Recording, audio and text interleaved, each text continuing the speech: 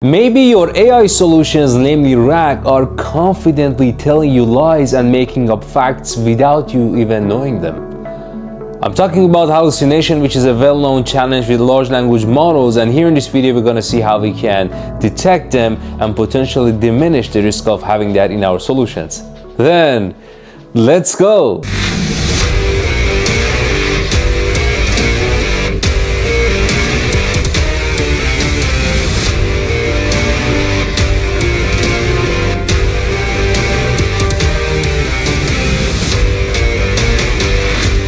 Before we start, make sure you subscribe and hit the bell icon so you will get notified for the next video. Thank you.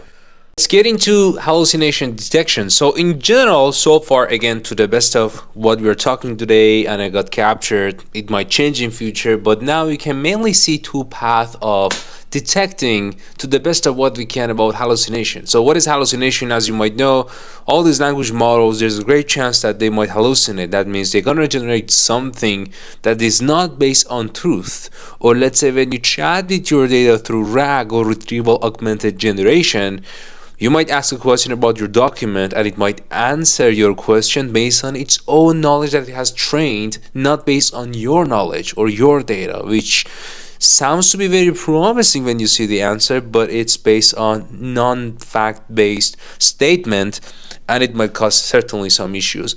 So one way would be, okay, we can have another language model to be used as a judge here to check the answer and the context that it used to create the answer to tell us, for example, based on a score, this is hallucinated or not. This is factual, or this is out of, for example, 0 to 5. All these states are true except this one, which is not based on provided context. So another LLM will come here to do that hallucination, which we're gonna give it a try actually right now.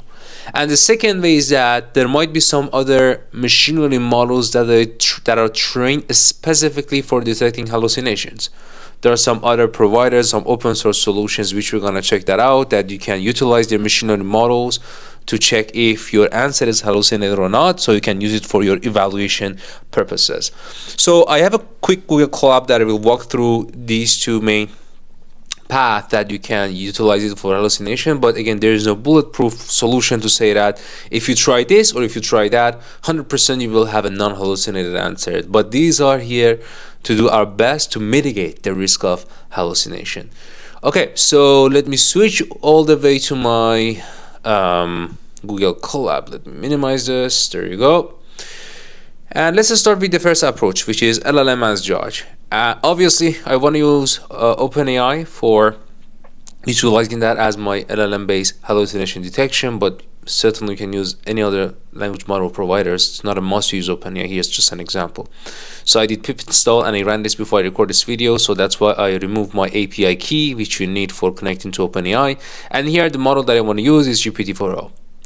So usually in your RAG, you have an answer and the answer should be based on your data or your context that you provide, not based on the knowledge that this GPT-4o know by itself. So that's why here I have a retrieve context function, but this technically will be your RAG that you retrieve from your own vector database and your own knowledge. So I'm sort of simulating an example. And the context that I have that I'm going to retrieve is some information based on the first Super Bowl match, which was held January 15, about the location of that, about the match score and the participants, so on and so forth. So these three lines are my context that I want to ask questions against this, not against the knowledge of GPT-4o. Now for generating an answer, it's just obviously an OpenAI call that I have my model name, the message, some parameters, which we're going to skip that. But for generating an answer, I'm just telling to this model that you are an assistant, that you answer question based on provided context, and the context is here, which comes from here. So it's not just a random question that model will answer by itself. Technically, we are acting like RAG. And what we're gonna do, each answer that we receive from the model might have multiple info or statement inside.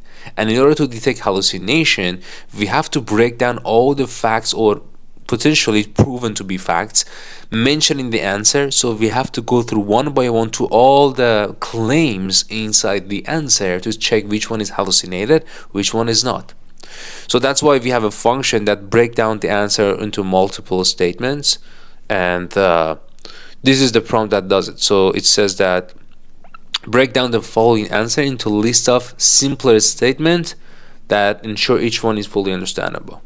I'm gonna use GPT 3.5 for doing so. You can certainly change the model, and then I'm gonna do some cleaning after to just make sure I have the statement, nothing else.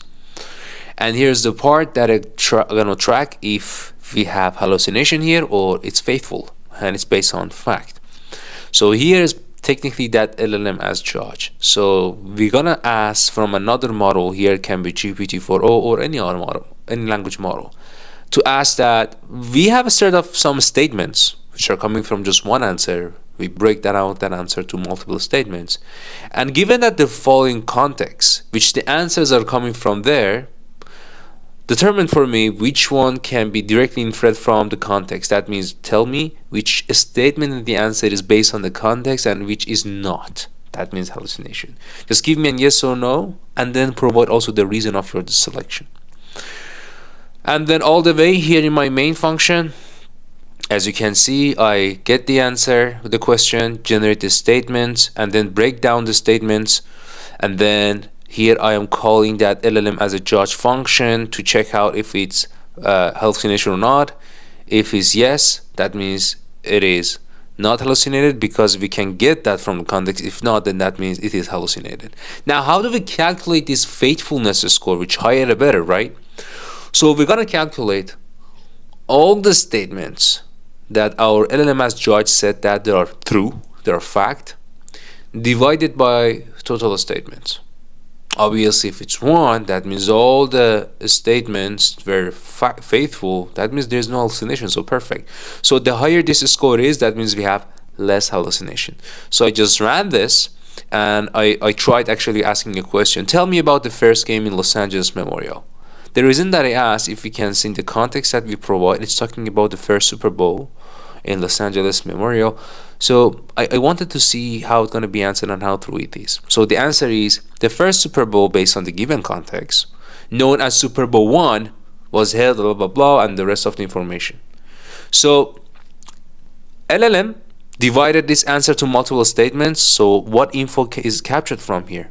So the first bowl was this, it was placed on this is the date, and these are the participants, this is the score.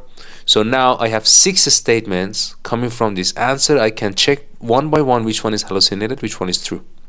First one, the first Super Bowl was called Super Bowl 1. Can be inferred from the given context? No. So this is hallucination. Why? Because the context does not mention the Super Bowl 1. Let's go back to the context. It just said that the first Super Bowl was held. It's not telling that what was the name of that game or Super Bowl 1. Although it might be true, it's a true thing. But LLM used its own knowledge to answer, which is true in the world, right? But it used its own knowledge, not the given context, and this is dangerous. This might be wrong, right? So that's why it's a type of hallucination, and it got detected by LLM as a judge. The rest of that I was checking, for example, it was saying that the date was January 15, and it is true. It's coming from the context, so there's no hallucination, and the reason is, yeah, the Super Bowl was held on January 15, and it was mentioned that correctly. So the rest, as you can see, all of them are faithful, so no hallucination.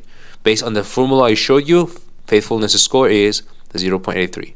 Now think about it, you can run this iteratively through hundreds of evaluation data set that you have to come up with a score and check which model is doing better, which retrieval method is doing better, which prompt is doing better. Obviously, you need to track all, but here was just an overview of how we can use LLM as a judge for hallucination.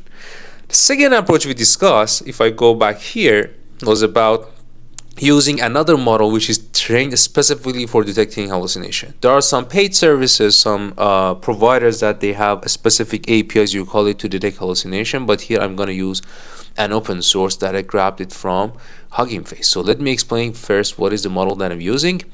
So here is a model, open source hallucination evaluation model, released by Vector. It's open source. They have multiple versions, but the latest version seems to be very better, and it's open source. You can give it a try, but long story short, they have trained this model specifically for detecting hallucination, and they're providing some examples of different type of hallucination, like the one that I just showed you. For example, if the model says the capital of France is Berlin, Well, this is if this is the premise and the hypothesis is capital of France is Paris, this is hallucination.